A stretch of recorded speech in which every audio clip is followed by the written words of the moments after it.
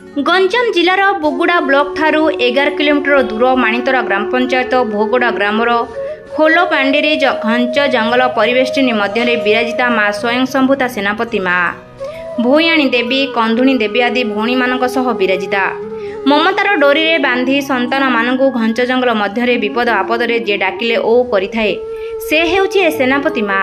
कलिजुगरे प्रत्यक्ष माँ सेनापति महिमा अवर्णनीय। प्रति मंगलवार और शनिवार माँ को विशेष पूजाविधि होता है। चैत्र मासरे बड़ पर्व अनुष्ठित होता है।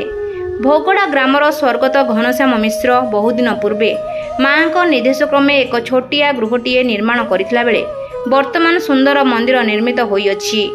मंदिर प्रतिष्ठा उपलक्षे नामयज्ञ घृतयज्ञ और अन्नयज्ञ ता 29/5/2024 तारिख ठारू आरंभ होई ता 4/6/2024 मंगलवार दिन संपूर्ण हो जाइछि।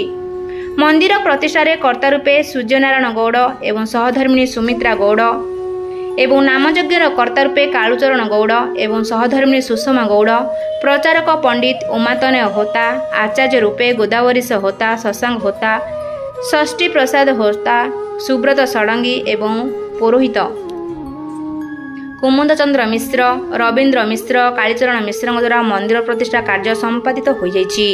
एही कार्यक्रम को भोगड़ा ग्रामर कमिटी वृंद एवं ग्रामवासी मानक साहाय्य सहयोग अति सुंदर भाव संपूर्ण होइअछि।